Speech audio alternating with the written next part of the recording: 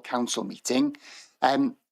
Committee have actually discussed this report at its previous meeting and did request for some amendments to be made, which are in the report. But the date in the recommendation says Monday the 29th of September, which was the original date. So we just need to make sure that committee are aware that it will progress to the next, full council meeting, which is going to be in December. So it's just to make that note for the minutes. Councillor Charles, do you wish to say anything? I can see your hand up. Yes, thank you, Chair. Could the amendments be read out, please? The changes be read out. I believe it's just the date, isn't it, that we're amending at the moment? Is it just the date? Nothing else in the... No, sorry, Councillor Charles, just to confirm, there's an updated process as part of the report beginning at paragraph 212 onwards, but we do have officers here to present the report as well today. Yeah. Oh, okay then. I'll wait then. Thank you, Chair. The officer will take us through everything. Councillor Innes, do you wish to say something? Chairman, if you're going to take it through the report, I'm happy to reserve my comments till after that. Thank you. Right, thank you. Right, can I hand over to the officer who's going to take us through this report? Who would that be?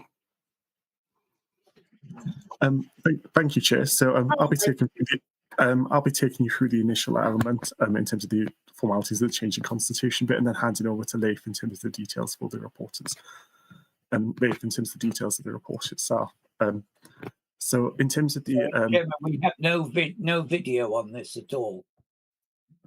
Oh. I do. I'm just wondering, Anthony, it's your end, I think. If you say so. I've only got the 3 pictures. Anyway, fair enough. Please carry on. That's no problem at all. Thanks, Chair. Yes, so here today to present the proposed amendments to the Constitution in terms of, as you previously discussed at this committee's meeting, so looking at the potential revision to remove the need for flexible retirement to come to the committee. As Matt has kindly noted, this would be looking to move ahead to the next meeting of full council, which should be on the 1st of December. So it's very much for the committee's consideration. As Matt has outlined, so there is a new addition to the report itself in terms of details of in 212. So you'll see there's a series of 7 separate points on this bit, and I'll probably hand over to Leif now for a bit of an explainer in terms of the actual process for how flexible retirement actually works from an operational perspective currently, if that's okay, Leif. Leif, do you wish to come in? Yes, thank you. Yeah, can you hear me or see me? Yes, I can hear you and see you. Okay, perfect. There we go. I think even my system's a bit slow, so it's having time to catch up a little bit, but that's hopefully working. Thank you, James, again for presenting again the start of the report, and thank you, Chair, for again giving us the opportunity to bring this back to the committee based on the last discussion last time.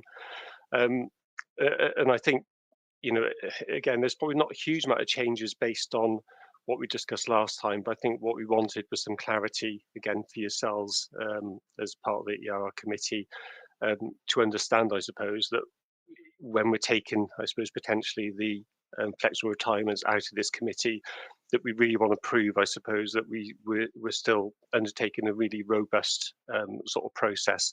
It is not going to be, as you say, you know, it's not going to be watered down at all for having these requests coming through from the various directorates, and we're still going to scrutinise these, you know, extremely well as part of our normal processes in the council. What we've done as part of the report under paragraph 2.12, as Matthew mentioned, we just added a bit of an overview of the type of process that we want to follow. That again follows very similar to what we do now for reports coming to this committee. And from my perspective, I don't really want to see many changes to that just because it's not coming to this committee. That we still want, you know, a robust business case to come through for each of the flexible retirement requests. So if I just very briefly, I know you've seen the report and it's there, but I'll just run through some of the points, and if you want to ask either sort of clarity as I run through it or at the end, I'm happy to take any questions. So what we'd still like to do under 2.12, and again we'll go through, that we still want the directorate to complete an appropriate business case for each flexible retirement completed by the directorate. And again, we've decided that we're going to follow the, almost identical headings that we have in the current flexible retirement sort of reports, that will still talk about recommendations that they want, background, any issues for consideration, obviously, issues around finance, employment and equalities will be covered as part of that report as well. So no major changes in terms of how the report will look and what evidence the directorates and the managers need to provide as part of that flexible working request. We'll still obtain obviously figures from Cardiff and Vale pension funds, just to ensure that there's no pension strain costs for anyone taking flexible retirement and reductions in their hours, depending on the age of the individual and service. So again, we'll make sure that any costs associated with the flexible retirement are taken into account. What we'll also build in under 2.12C is that we'll get the reports again signed off by various officers throughout the process. So as you said, that we're going to get it signed off by the relevant director and head of service of that directorate. Our HR business partners and operations manager and finance will also sign off the report, again, to make sure that those issues around workforce planning and things are taken into account together with the finance sort of elements. And also I'll also be built into that, the sign-off process, again, just to make sure from a payroll and pensions perspective that everything is taken into account from that process. Appreciate there'll be other officers involved with, I might want to take leave at some point if they allow me, that, there'll be other people to back me up, such as the payroll manager, that can pick up obviously other aspects in my absence, and we'll do that as part of any, any sort of process when people take time off. So again, we're just building in again a lot of checking and processing throughout that the application phase. When the HR business partners again are part of this report, an approval process, again they'll look at any workforce planning sort of issues. Again, ensuring that any future staffing and business needs are taken into account, which I know again is part of some of the discussions we have as part of this committee, with some of the questions that go back to the the managers presenting, just to ensure that those aspects are taken into account. And again, the HR teams will be part of that discussion. And what we'll also consider, which sometimes isn't always taken into account with some of these reports, and sometimes again in the current process, even I'm not cited on every single report that comes through, and I want to make sure that happens in the future, because I think we've had occasions where reports have come in, say a report came in today, which I know we've got one which is slightly different. If they've said that the individual wants flexible retirement and they put the date in the report to say, for example, 1st of November, like a week away, we know it can take around 8 to 10 weeks for actually pension contributions to be released from the pension fund to the employee. So I think it's some of those minor things, again, we want to say not minor things in a way, but we want to make into consideration some of the date aspects that they're choosing when that flexible retirement takes place and those reduction in hours. Because what we don't want to do is say to someone, yes, you got flexible retirement, it's happening in 1 week's time, but actually what you're going to do, you're going to have a reduction in pay because you've taken your reduction in hours, but you're not going to be able to get your pension or lump sum for another 8 to 10 weeks. Some people are, can manage with that, and other people obviously can't. We're dealing with lots of different situations. So again, some of the date aspects around this has got to be planned well in advance for some of these requests coming through. And again, that's part of my role and the HR business partners to make sure that they're really clear on what happens with some of these date parameters in the reports that come through. What we're also actually going to do is we're going to try and build this into the new sort of Oracle HR system as an automated sort of process when managers can actually submit the request through the system, and it will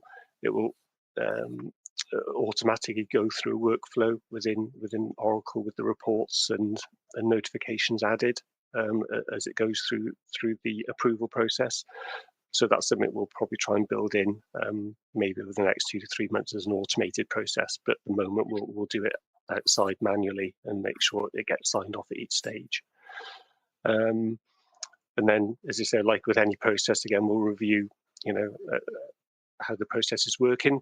And usually, every 6 to 12 months, we probably have a review just to make sure that it is working, and as part of our general sort of review of policies and procedures within the function. So again, you say what we're hoping is a very similar process to what you're used to. We'll be, questioning and challenging some of the aspects of the reports coming in as you would do as any committee. And just hope again that proves that we'll still undertake this as a robust sort of process going forward. But I'm happy to take any questions from committee members. Councillor Charles, you've got your hand up, and then Councillor Ernest. I think you're on mute, Councillor Charles. There you go, 2 buttons. I always just do one. Yeah, I'm not happy with this at all, I'm afraid. What is the point of this committee? In the past, when I've questioned how long is flexible retirement going to take place, it's been years. When I've asked who is going to be trained up to take over, there's no training going ahead. And it's, as far as I'm concerned, it's extra burdens because of the part-time issue on other members of staff who in that department, as far as I can see, are short-staffed anyway. Maybe some of the changes that you've brought in should be brought in to address this committee, not just officers. This is just another committee who will have hardly any say at all in quite a lot of things, especially when it comes to us having to look at things more seriously and look after staff problems. I don't think this is fair for officers to have to undertake this. I think these matters are so important that they should stay with this committee. And I'd like to know the reason why it's been taken off this committee, because nobody's actually told me that yet. Thank you, Chair. Thank you. Do you want to take that on board? Leif, do you want to answer that? Yeah, if that's okay, Chair. Yeah. Yeah. And I think again, this is part of the report, I suppose, that we've produced again in conjunction with James as well from the service. That again, we presented a lot of flexible retirement reports over the years, and understand all of them have been approved, obviously by committee. Again, all this work that we're doing behind the scenes before the report comes to yourself, again, has all been assessed by the directorate and the HR staff and finance and so on, in order to put robust processes in place about the flexible retirement sort of request. And I think it mentions in the report, isn't it, that appreciate that around 63% of the work of the committee is around flexible retirements, which again have all been approved. I don't think we've had any that have not been approved, and I think it was one of those thoughts going, well, can we then use the opportunity to again, I suppose, take some of that work off the committee on the basis that again, all the requests that come through have been approved, and we could go through a robust sort of process on that. I appreciate Councillor Charles's sort of comment that we're making decisions on people taking reductions in their work, and therefore that's given opportunities for other staff to pick up that work and succession planning and train other officers in taking on that responsibility while they take that flexible retirement. And yes, we do get, most of the time that flexible retirement does finish and does end, but appreciate we also get ones we'll probably see today that we do get extensions to those flexible retirements, and they do go on a bit longer than was originally approved. And I suppose it's one of those that, we're dealing with really complex areas, sort of sometimes, and situations change, budgets change, workload changes, and some of those decisions we're making to extend those flexible retirements, again, are taken on board as part of this process. So, it's difficult to say, isn't it? Unless anyone else wants to come in. It is a process again that we're just trying to move away from yourselves on the basis that we still undertake probably 99% of this work already in making those decisions. Yeah, I do understand what you're saying, but I completely disagree with it. As councillors, we should be involved in making these very serious and these very important decisions. And although you say that we've always passed things, we have, but I can't say that we've always been happy with it. And I think that the whole constitution of this needs to be looked at, because I really do believe that people within the council are not getting an opportunity to retrain for these very important jobs, and people are not getting an opportunity to apply for these jobs. And the excuse we've been given every time, I know it's an excuse and I absolutely understand it, is that we cannot afford to lose the experience. Well, what's going to happen? When are these people going to die on the job before we get somebody in with them to train them up? I mean, I really think the Constitution needs looking at. I appreciate what you're trying to do, but unfortunately, I am very much against it and I don't agree with it. But thank you for all the work that you've been putting into it. And as I say, the extra work that you feel this needs to be put into the Constitution, and it needs to come before councillors. We're not here to just say yes all the time to officers. We're here to work. And if you take the percentage of work away from us on this matter that you're saying will happen, then what is the point in this committee?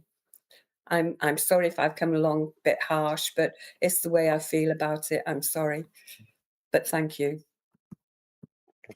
Councillor Ernest, you put your hand up. Yes, I did, Chairman. You might well think I've been speaking to Councillor Janice Charles 5 minutes before this meeting, but Janice would confirm I haven't spoken to her probably for the best part of 4 weeks. Unfortunately, I missed the last meeting. I had a medical appointment which I couldn't change. But what Councillor Janice says, I agree with. I mean, if you take away the flexible retirement matters from the committee, I see the committee as being pretty worthless. Yes, there will be half a dozen or so applications coming to us, but so many of these applications for flexible retirement, they involve members of staff staying on over the age of retirement, which is fine. I might fall into that category if I were an employee, but nevertheless, it means that there is no replacement being taken on because that member of staff is remaining. And whether they remain for 6 months or a year or 18 months, there's no chance for somebody new coming in. Now, there's a wider issue to this, Chairman, and that is this council is stretched for money, hard cash. Every year we are very constrained by our budget, the amount of money we need to run the council as a whole, not necessarily just in HR, but running every other service that we run, is being reduced. And we have to look as councillors at whether we can afford the sort of payroll numbers that we have. We will be told by head of service and directors that we need X number of people to do the job. Now, as councillors, we're not well placed to say whether or not that work can be done by the existing workforce, an enhanced workforce, or indeed a reduced workforce. And that is the issue we have. Our biggest cost on the council is staff salaries, staff wages. That's a huge cost on the council. If we're able to reduce that by whatever means, and ensuring that the exigencies of the service, to use the phrase, are maintained, that's absolutely fine. But if we cannot provide the service to the public, I'm thinking one particular service at the moment, the call centre, where we get numerous complaints. There are not enough staff to answer the phone, and people are waiting for ages and ages and ages to get the phones answered. That's only one example. I'm sure there are many more, and my colleagues could come up with them. So, Chairman, I'm not happy with this. I think that elected members should continue to make a number of these decisions. Otherwise, we may as well scrap the committee and let officers decide everything. I mean, they could decide on redundancy, they could decide on voluntary retirement, and you, Chairman, and I and the other small number of members of the committee would then have another morning off or whatever it is. That's not what we're here for. Our job is to ensure the council is run efficiently with the right number of members of staff on the payroll, and that meets the requirements of the council and its objectives for the next 5 years or so. Thank you, Chairman. Right. Councillor Thomas, unless Leith wanted to come back in on that. No, I don't think so. I think it's similar comments, as you say, relating to what Councillor Charles says. So, and yeah, appreciate Councillor in his comments. Yeah, I think let's hear from the next person. We'll see where we go. I'll call in Councillor Thomas now. Yeah, hi. I'm not sure my camera's not coming on. It doesn't We can hear you okay, though. That's fine. That's fine then. Leith's quite right. We haven't declined any requests for reduced hours for any in my experience since I've been a member of this committee since the election before last. And yes, we've always kind of rubber stamped the applications. What I am concerned with, though, is not in relation to that, but in relation to the overall picture. And I think this might help both Councillor Charles and Councillor Ernest in that we need to see the outcomes rather than the procedure.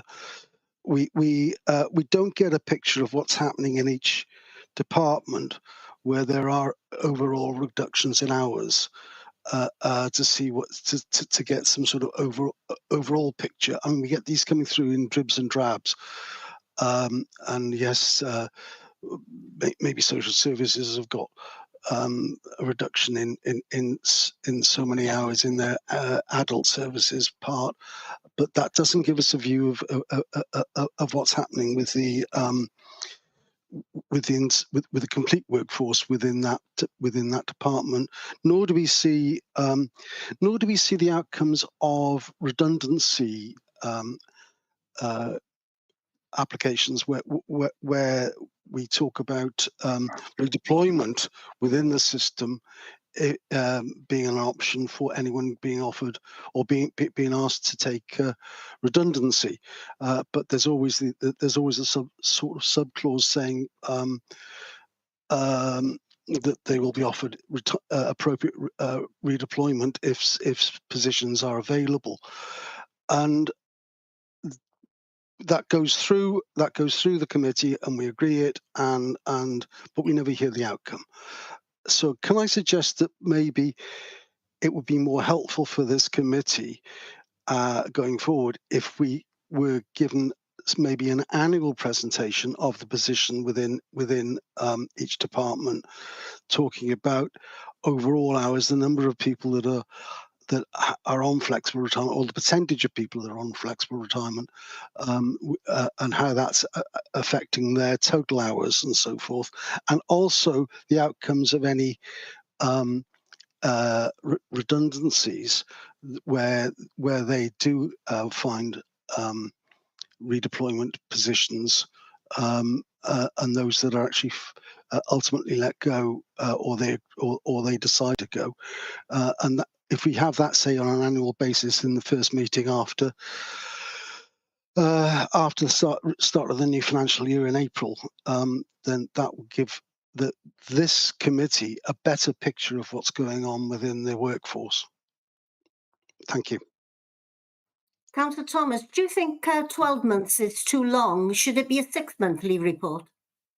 I'm open to negotiation on that.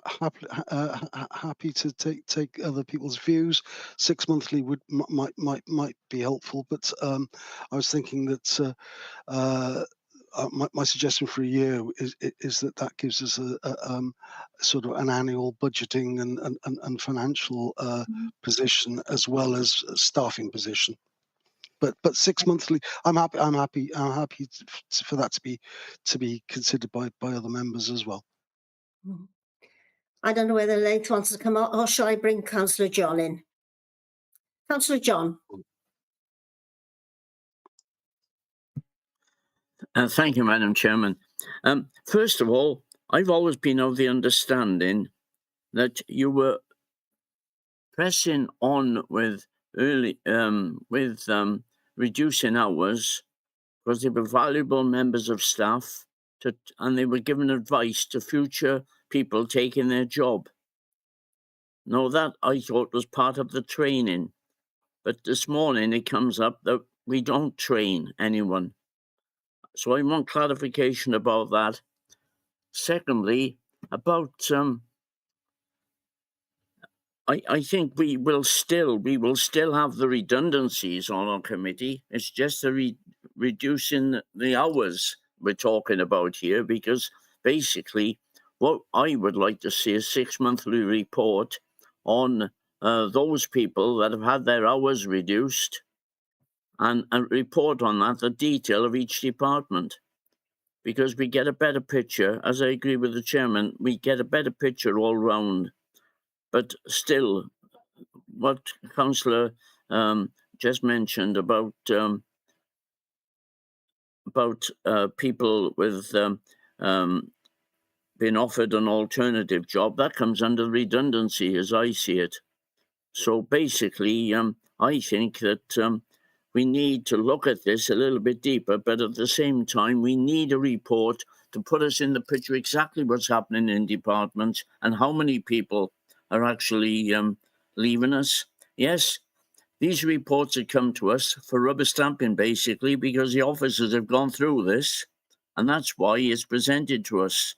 The officer report and offering the opportunity for the employee to do lesser hours.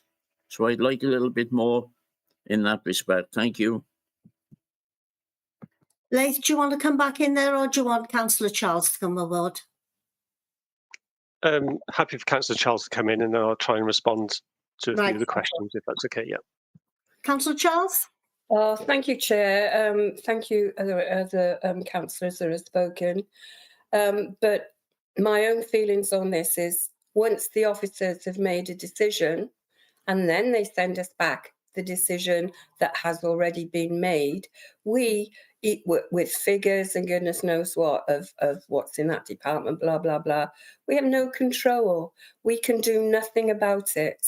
So I agree with Councillor John that, yeah, this needs to be looked in more seriously, in more depth, and we need more information, and it needs to be altered again. Thank you, Councillor Drake. Right. I don't know whether, before Leith comes in, whether Councillor Innes wants to come on board.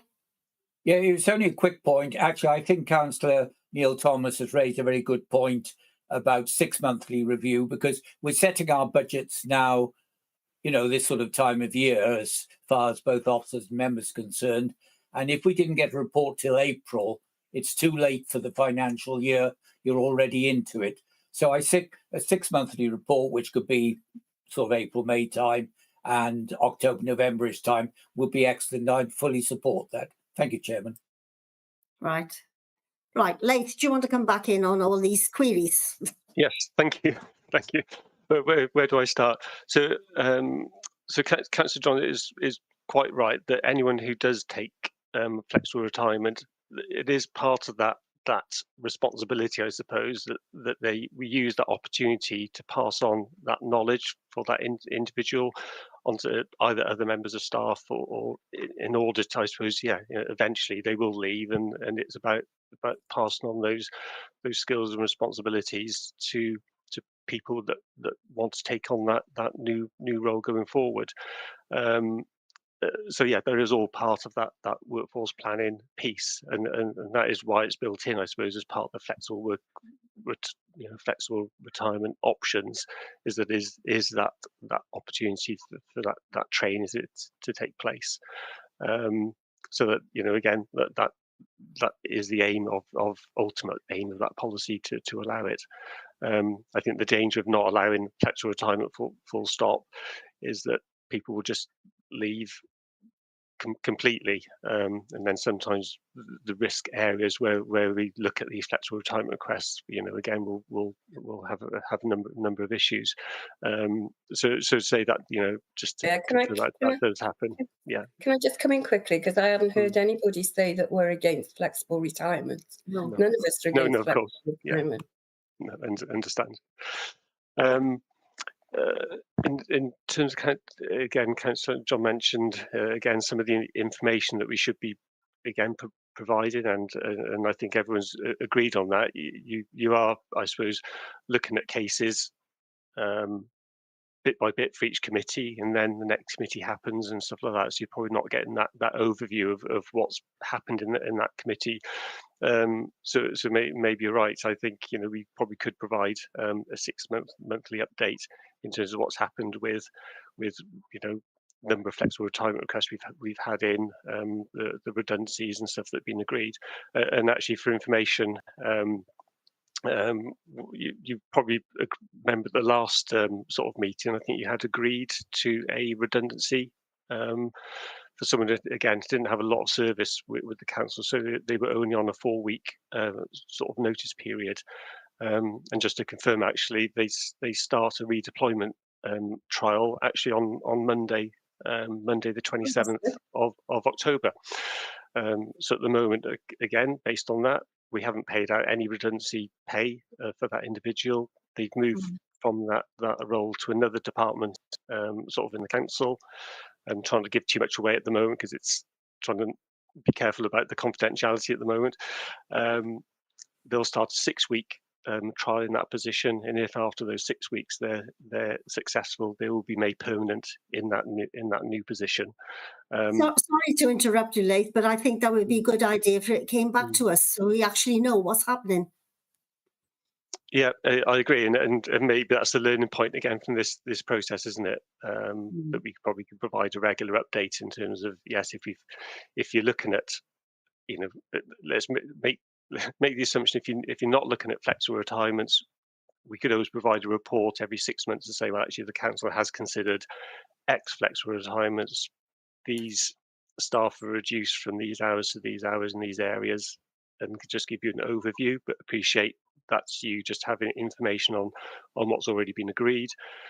But at the same time, of course, we can always provide information to say, well, again, over the last 6 months, you've agreed, X amount of, redundancies, and out of those redundancies, X amount did leave, or X amount had successful, or redeployments as well, and maybe that will help again with some of that sort of communication and advice back to the committee, so you can actually see what's happening from the decisions that you're making. Yes, it's better than it going into a dark hole, which at the moment that's what seems to be happening. Councillor Thomas, do you want to come on board? Yeah, no, that was the point that I was trying to make, was that we make these decisions and we don't see the outcomes. And I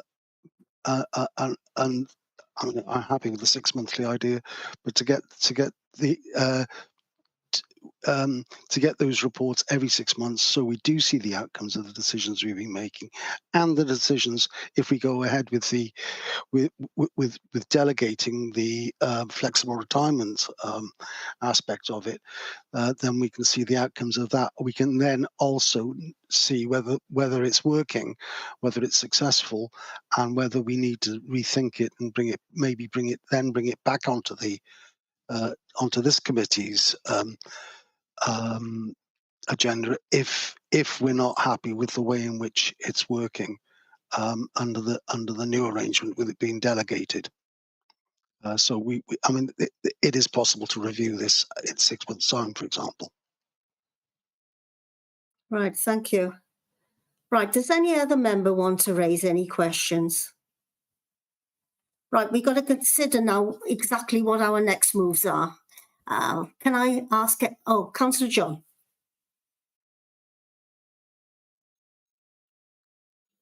Councillor John?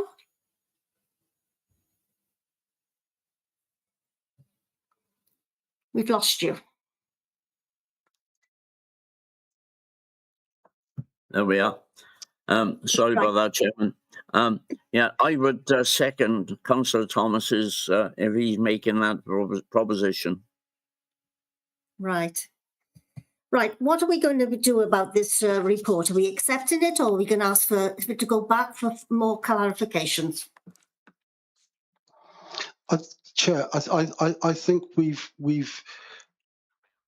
I think that I'm happy to hear from Councillor Ernest and Councillor Charles, but I think what I suggested and has been seconded by Gwen is that we accept the report with the amendments we just suggested, which is the 6 monthly report and the option to review if we're not happy the way in which it's progressing.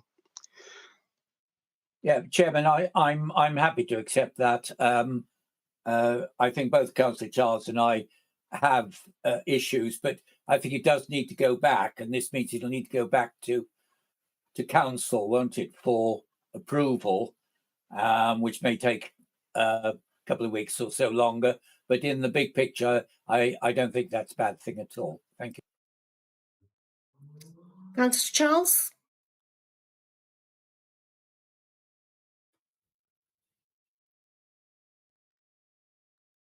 Councillor Charles, you coming on board? Have we lost her? Can you hear me? There we go. Oh, yes. Okay, good. Although I agree that all information that comes to this committee is a good thing, and I can understand what is being said, but I am extremely worried that once we say, yes, okay, we'll sort it out when it comes to full council, it's just not going to happen. You know, it's going to go through and it's going to get passed. I really feel we need a better report on it before it goes anywhere else, to have a fuller understanding of exactly what is happening within that department when somebody is given 2-3 years flexible retirement and they're still there, because this is happening. It's happening now. And although, you know, I really, really appreciate the standard that, for example, social workers have and the experience they have, and they are going to be greatly missed. I really feel, you know, although the rules and regulations say they can stay on flexible retirement as long as they want, because I've read all the paperwork, I really feel that we're making a grave error in not getting more information of how this has been working with other people in the positions that we've already passed before we can make a full and expertise decision on how this is going to work. I really feel that we do need more information of what's been going on in the departments where people have been given flexible retirement, and after a period of time is still happening. What is happening in that department? How are they overcoming going to overcome the loss of that employee. So I won't be voting for this. Councillor Thomas. Yes, thanks, Chair. I think that Councillor Charles's concerns would be addressed by the six monthly reports that we seem to be favouring, so that we can look at the overall departmental positions. That would give us the information that we actually lack at the moment, because we see each as an individual case, and we have no way in which to look at that in context of the overall staffing of any department, and that if we see departments being depleted in terms of hours to a concerning extent, we can then highlight that and make comment and recommendations on that to ensure that there are positions being filled to cover the hours that are being lost through flexible retirement. Remember, a lot of these flexible retirements come with the proviso that there will be recruitment to positions to cover those hours. But again, we aren't told how that's progressing, and that would be an outcome of the my suggestion, which would be to have this as a departmental reports on staffing positions, and I think we should be getting them for all departments, covering the whole thing. Thank you. Councillor Charles, you wanted to come back in then, obviously. No, you're muted again. Sorry, Chair, thank you. So just for me to get this right, Neil, and I appreciate what you're saying. So are you saying this should happen before we pass this over on previous flexible retirement people in departments we've had, or after on new ones, new flexible retirement people? Councillor Thomas, do you want to come back in on that? Yeah, I mean, there's probably a month before our next meeting. I think that would be enough time for departments to draw up to look back at what's gone on over the previous 6 months. Go back to April, for example, and to let us know what the position is in terms of people who've been given flexible retirements and recruitment to the redundant hours, and also give us be able to give us some picture on the redeployment situation for those who've been made redundant.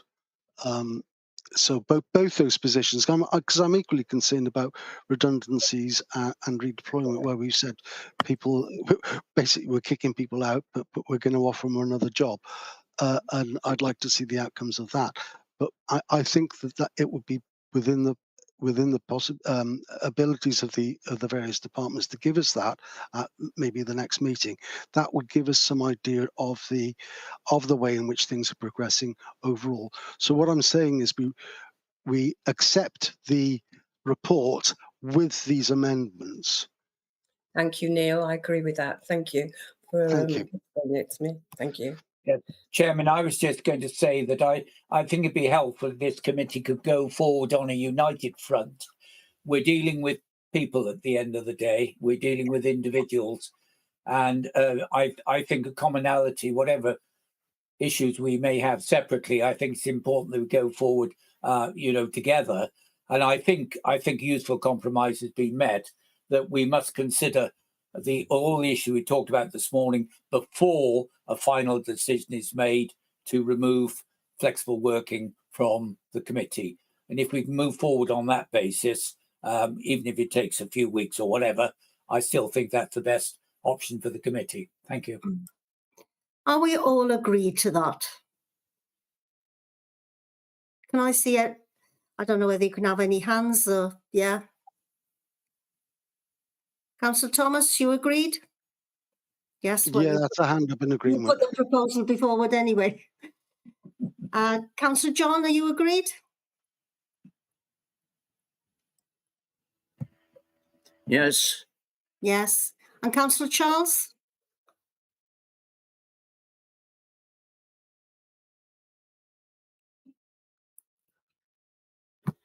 Yes, I am. Thank you. Right. I was just going to ask Leith whether it'd be possible to bring this report back within a month. Yeah, thank you, Chair, and again, thanks the committee again. I think it's been a really good discussion. I think we were hoping, not say hoping, this report was, again, wasn't changing anything. It was just trying to streamline processes and make things a bit easier. It wasn't meant to cause all this anguish, but I do appreciate, again, I think it's a really good discussion, and I think it shows again from your perspectives that, you know, again, you're looking at all the issues that the council's facing, and this is one element of it.